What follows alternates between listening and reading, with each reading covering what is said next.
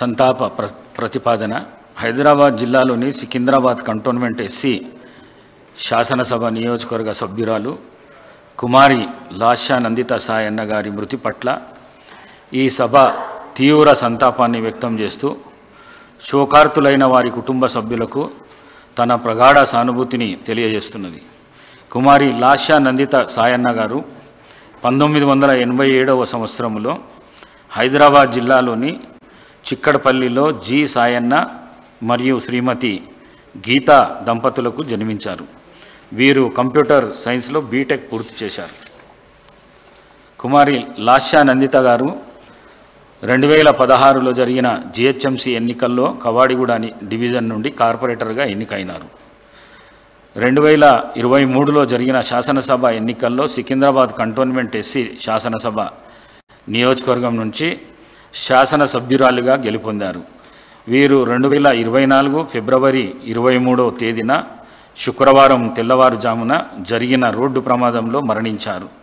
వీరి వయస్సు 37 సంవత్సరాలు. కుమారి లాషా నందిత సాయన్న గారి ఆత్మకు శాంతి చేకూరేందుకు 2 నిమిషాలు మనం మౌనం పాటిద్దాం.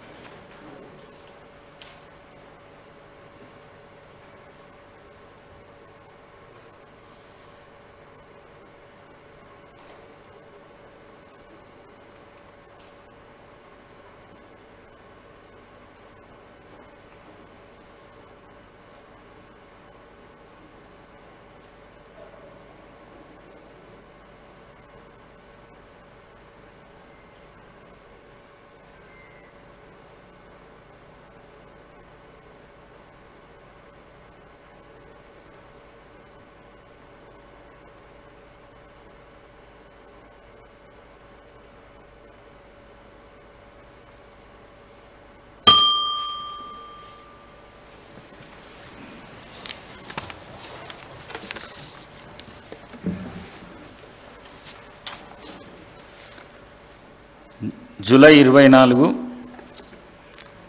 2024 బుధవారం ఉదయం 10 గంటలకు తిరిగి సమావేశము అయ్యేందుకు సభ వాయిదా వేస్తున్నాను.